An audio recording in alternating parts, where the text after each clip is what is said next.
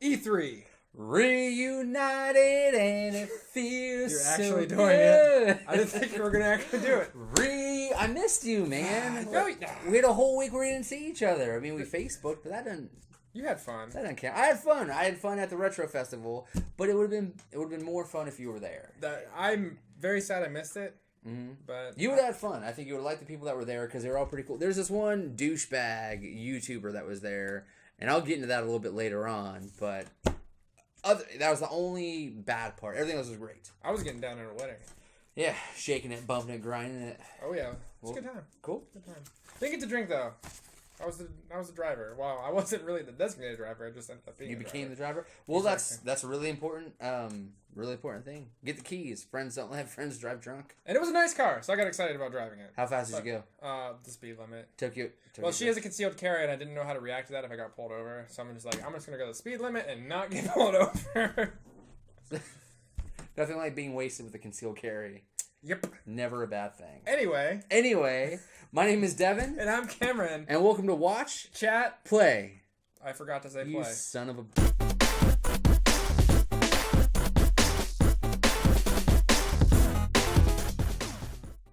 E3. E3 is coming up in a very, very few weeks. It's all everybody's talking about. There's a heck of a lot of predictions. There's a lot of analog addiction. I did an assemble for them that we'll show in a little bit. Analog prediction. It was about our good, bad, and memorable experiences with E3, and then we're working on one right now called Predictions, which I've been thinking about it all day, so I figured we kind of go into that because that's kind of what all... I just want to throw out a sad thing that happened for me at E3 one year? Yeah. So I'm watching it. Super stoked. Sony's on stage, and then they reveal the PlayStation 3 and that price tag. That price tag, though. And how that you'd have to get a second job to afford it. Yeah. And I'm like, oh no. Well, we were in different places. The first episode we kind of talked about, we did like random questions. That was one of them. The PlayStation 3 was the first console I bought by myself. Yeah, so I remember that was in a point where I had a lot of expendable money. So the military was footing the bill for pretty much everything I did. And I just spent all my money on alcohol and video games, which was a sweet life. That sounds like me. It was a really sweet life. But yeah, it didn't bother me because of where I was. Now, totally different dynamic. But as such, E3 is a big deal for a lot of reasons. Setting up console prices, setting up new releases, setting up mergers, announcements, stuff like that, setting up, hot title season and all that stuff, which is why it's so important. So what we decided to do was kind of a list. I have 6 predictions. Tech-savvy dude, pen and pencil guy. So Pencil and paper. Not pen and pencil. It's fun. You don't even know what you're using. I write on a pencil with my pen. With the pop and the... With the pudding in the pudding pops. We don't make those jokes anymore. Why? Because he hasn't gone to jail yet. He's a bad person. Allegedly. Has he been convicted yet? No. Drugs are bad, okay. Do you want to go first?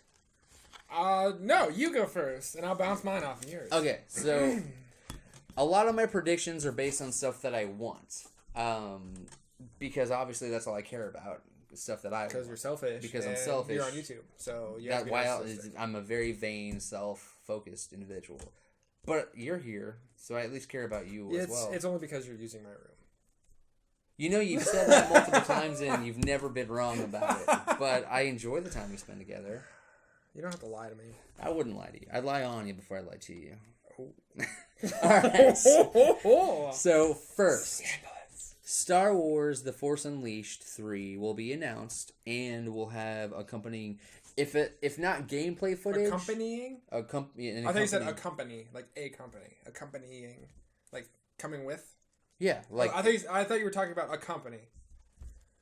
I'm just trying to distract you and make you throw you off track. Everything that I said is what you're saying. I'm not sure why you're repeating what I'm saying. I'm trying to mess you up. They will announce Star Wars The Force Unleashed 3 and it will be accompanied by either in-game footage or probably like nothing else, like a cutscene, like a teaser or sizzle reel of like in-game. Just like vision. open up with like. Yeah, and a lot of this is based on there's like a Disney panel that I read an article from, and they were teasing a compilation of like the HD remake for Force Unleashed 1 and 2, which would be perfect. I would buy those in a heartbeat because I love those games. They were great. Sam Witwer crushed it. But I think if they're going to do that, they would probably be setting up for the Force Unleashed 3, which would hopefully be set up in the new Baby Kylo Ren. No, killing everyone. So the premise of the first ones were the first two. Darth Vader had a secret apprentice. What was it? Was it Star Killer? So Star Killer base and Star Killer. That's why. Whoa! Mind blown. That's why. That's where they got Star Killer. But what I think, we know very little of like Supreme Emperor Snoke from the new one. So my mind is actually just blown. So instead of Darth Vader having a secret apprentice, it would be Supreme Emperor Snoke and his secret apprentice. So he's got Kylo Ren doing his thing, but he's also got this other guy. What if Snoke is Star Killer? Ooh, that'd be nice. That'd be nice. I'd be alright with that, because why not? Yeah. Why not merge the canon? Why not? But that's what I want. That's the big one. That if I see that one, I'm gonna throw some stuff in the air. I'll be at work during E3 because I know my boss is gonna actually take that day off work, which is fine. But yeah, that's what I want. That's my first E3 prediction. So if we're going for things that we want, every single year, I drop the name, The Last Guardian. Doesn't matter. It's not out yet, so I still get one more year.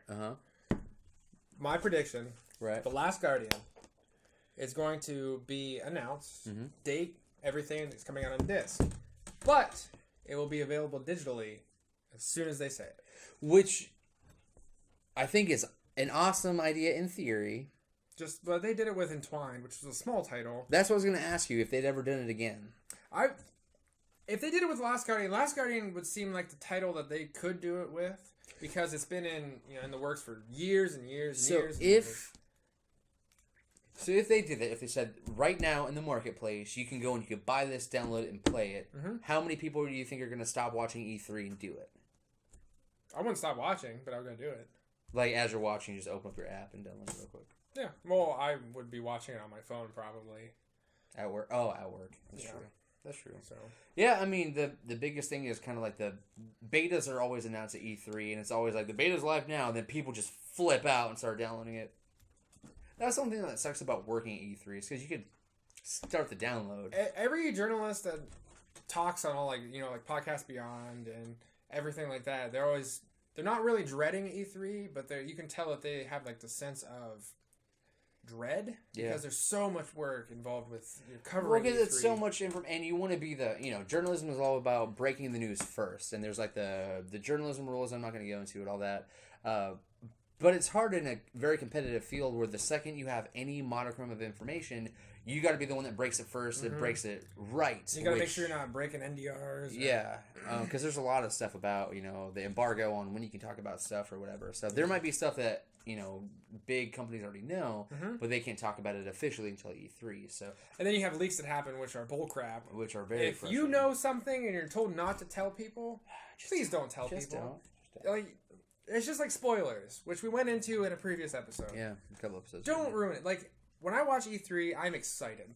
Last year, I had my friend Tanner over here, and when they did that Final Fantasy VII thing, we stood up and we cheered and acted like dinguses. It was fantastic. I want that. Don't ruin it. Don't you ruin it. Don't you ruin E3 for Cameron. So, no, I think that would be cool if they say that you can digitally right now, buy it. Digitally, Last Guardian right now. And then, later on. In stores, holiday or whatever. I won't go that far. Maybe like next month or whatever. Yeah. Okay. So that's a good one. Thank you. Yours was really good. Thank you. I'm really excited about that. You got me pumped and blew my mind. I am a Star Wars nerd. We talked a couple of times, and I remember in that conversation we went deep. I remember actually saying I didn't think that I knew that much about Star Wars. So, which is fine because I'm allowed to be a Star Wars nerd. I'm a Harry Potter guy, especially right now. A Harry Potter man. Yeah. Anyway, let's keep going. You went through all the movies. That's right. Twice in 2 weeks. I wish I could forget all the movies that I've watched and watch them all again for the first time. Wish granted.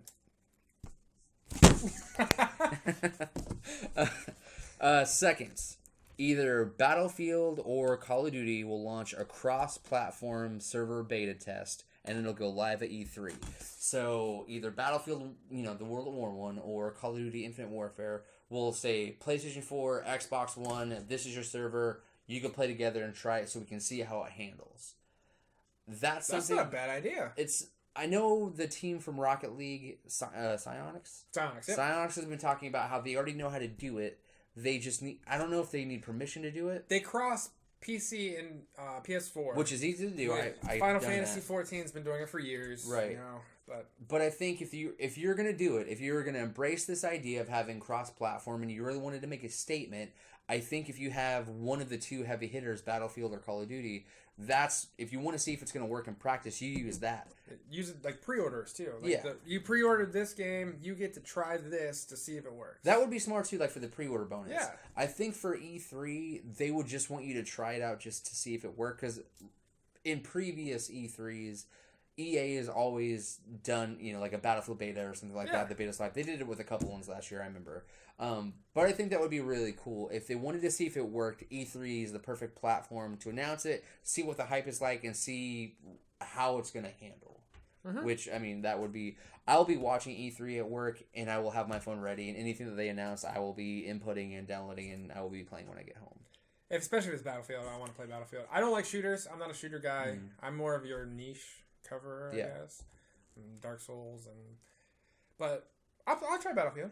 I'm not a Call of Duty guy. I'm very much a Battlefield guy, and I tell everybody that I see that I like more strategic. I don't like fast-paced, just like spray your bullets everywhere, hopefully hit something. I like with Battlefield, you have to think about your bullet drop, your distances, your stuff like that. That's why I like it. Last of Us multiplayer.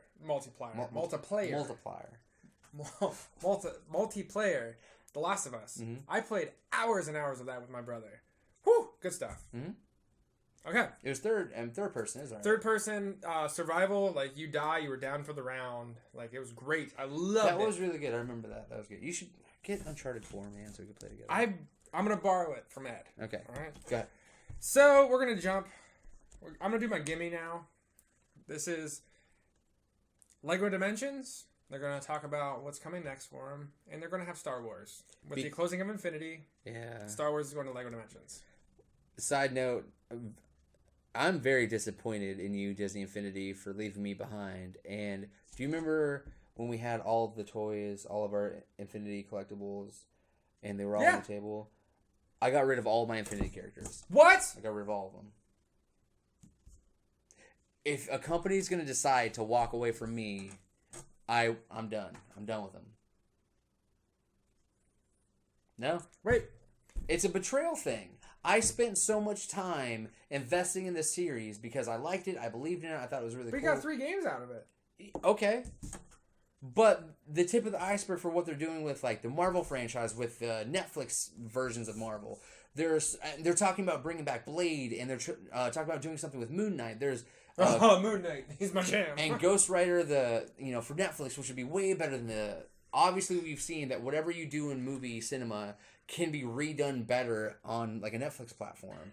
Daredevil. But for all of this stuff, that's fantastic. And you're going to tell me Disney's going to just walk away from Infinity because they're not making enough money? No, screw that and screw you. I'm not going to waste any more time trying to make you any more money. No, let me throw a counterpoint at you. Go ahead. Okay, so I was so mad that day.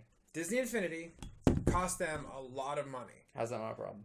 They produced all these things. They listened to the internet, which was the first problem. All this demand. The perfect example was Hulk, the Hulk figure. They produced 2 million Disney Infinity things, thinking, hey, it's going to sell. Didn't sell. They sold 1 million, barely. They are still sitting on 1 million copies of Hulk in a warehouse. Mm-hmm. They can't push it because there's every single shelf and every single store is still full of Hulks. So they spent all that money to produce something that no one bought. I think that would be enough to tell me that, maybe the demand's not big enough, and maybe I'm going to make more money just licensing my name. So, let's give Activision the ability to make a Marvel game based in the Hulk universe, and then they can pay me $50,000 just to use that name. So it's guaranteed $50,000. So Infinity's built. You've done it. You've already set it up. Why wouldn't you hand it off to another developer? Why would you just shut it down? If they were to do something like that, it's going to cost them money still because they're still publishing. If they want out of the game entirely, they don't want to have their fingers dipped into publishing whatsoever. They make their money from their movies, which how it's always been, from their merchandise, like their Disney stores and everything. They don't need to have their fingers in video games. I don't know, man. And they have Platinum running some of the combat in the last one? No, they have the Team Ninja made their combat. Team Ninja, exactly. That's a awesome company. Yeah, phenomenal. Devil May Cry, Ninja Gaiden. They spent... I'm sure they spent so much money trying to get those games down packed, and it didn't turn out for them. But that's what makes me even more mad, because the lightsaber combat. So I kept a couple. I didn't get rid of my entire collection. I kept a couple of my favorites. Get out of here. But Liar. The lightsaber combat was fantastic. I don't know, dude. It made me so mad that day because I'd spent so much time, and I legitimately felt like that company. Did I break the news to you? Yes. I got to break something! I feel terrible about it, but I got to break it! You broke it, and then after I heard, because I think you private messaged me, and then I started seeing it everywhere else. Like, you were the one that told me first. Well, I was listening live to, I think, the Giant Bombcast, and they're like, well, we're going to close out, but there's some terrible news right now. The head of the PR division of the Disney or something is saying that Disney Infinity is closing. I'm like, Devin! I'm so mad. Yeah, that's awful, but I understand why they would do it. Like, from a business side, I get why, but like as a consumer, as a guy who spent the time in it, like, dude, I was so mad. If I can make you pay me to use something that I said, like if I don't know, I said balls to the wall, and in order for you to say that word, you had to pay me, and I don't have to do anything. Yeah, it's copywriting and trademarking. That's why that's for. But like licensing. I don't know. We put a lot of time into this show. We put a lot of effort in this show. This is our show. If people start paying us to do this show and they're enjoying it and they're having a good time and they're engaging and all that stuff, and then all of a sudden tell them, you know what, we're not making enough money, we're not, whatever, and then we just cancel it, that's selfish. No, we've already burned a lot of time on this. I'm going to move on because it's going to make me mad. This could be a topic for the future. That's fine. Next. Is it me or is it you? It's you. I did my Star Wars Lego Dimensions. This is kind of like a short one just because I figure it's time. Since Ratchet and Clank did so well, phenomenally well, I'm thinking that they're going to, because I've been wanting it, a Jak and Daxter HD remake or something, or like a collection for PlayStation 4. My question to you, who's making it? Who made Jak and Daxter? Isn't it? Naughty Dog. Naughty Dog. That's do you want them to do something like that instead of, working on Last of Us 2 or, something a lot more... Their team is huge. They have 2 development teams now, if I'm not mistaken. They split. So because they have their Uncharted team. They had a very small team working on the Last of Us while they're finishing on Uncharted. Then they pulled everyone. Right. So they don't want to have 2 teams, but they are such a from Kind of Funny. They talk about this, and I completely agree with Colin. Why would I want Naughty Dog, who can make these perfect, dark pulp, anything along the lines of more movie-like, to revert back to a mascot platformer? Who made Ratchet and Clank? Insomniac. What else doesn't Insomniac? Not Sucker Punch. What's Insomniac make? Insomniac is doing Song of the Deep. They did Ratchet. They did Sunset Overdrive on Xbox. They still stick to the cartoony stuff. Like, Naughty Dog has complete change of pace. I get that, and they've rebranded where they now attribute themselves more to Uncharted and Last of Us more so than probably Jak and Daxter.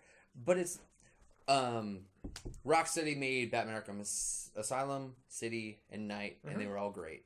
A different company handled Batman Arkham Origins, and it wasn't that great. It was the same coding. It was handled differently, and I didn't like it anywhere near as much. It was okay, but it wasn't great. You're coming for me. I know, I could hear that. I don't want somebody to screw up Jak and Daxter. It's just in the simplest of terms. So, do you want Naughty Dog to waste 2 years of their life making a Jak and Daxter reboot, or do you want them to make the next Last of Us? I want them to make a good quality game. I don't necessarily care what it... Uncharted 4, I haven't finished it yet because it's huge. Phenomenal so far. Beautiful game. Awesome. The pictures I've seen look great, which pictures don't do anything on my phone. So. Yeah, but Last of Us, amazing game, spectacular game. But I love the Jak and Daxter series. It's fantastic. You're telling me they can't do Uncharted Last of Us? Sorry. I'm really emotional when talking about Jak and Daxter. They can't do Uncharted and then Last of Us and then do a Jak and Daxter game? Why not? If they are maybe doing a side project of Jak and Daxter and it takes them 5 years to do something like that, then that's fine. Yeah. But I don't want them to stop production and make a Jak. No, I wouldn't. They have so many different programmers working on so many different things. I don't see why they wouldn't be able to have, their A team is working on this big stuff, but then you have, all right, when you're done, chip away at this a little bit, and then keep chipping away at this a little bit. Because they've been... Uncharted 4 has been in development for a really long time. Mm-hmm. But look how it's turned out. Yeah, it's freaking beautiful. So there's got to be some downtime. I know the team from God of War was saying that they've been working it was right before 3 came out. They'd been working God of War for so long, they just wanted to get out of the mythology and do something else. They were just dying to do something else, that was one of the other predictions, by the way. Yeah, I was gonna segue into that. Same thing. I feel there's only so much time you can spend doing your realistic style gameplay where you just want to have fun and do something. They are having fun though. Look at Uncharted. Uncharted's their fun. Last of Us is their dark. Anyway, speaking of God of War. Segue.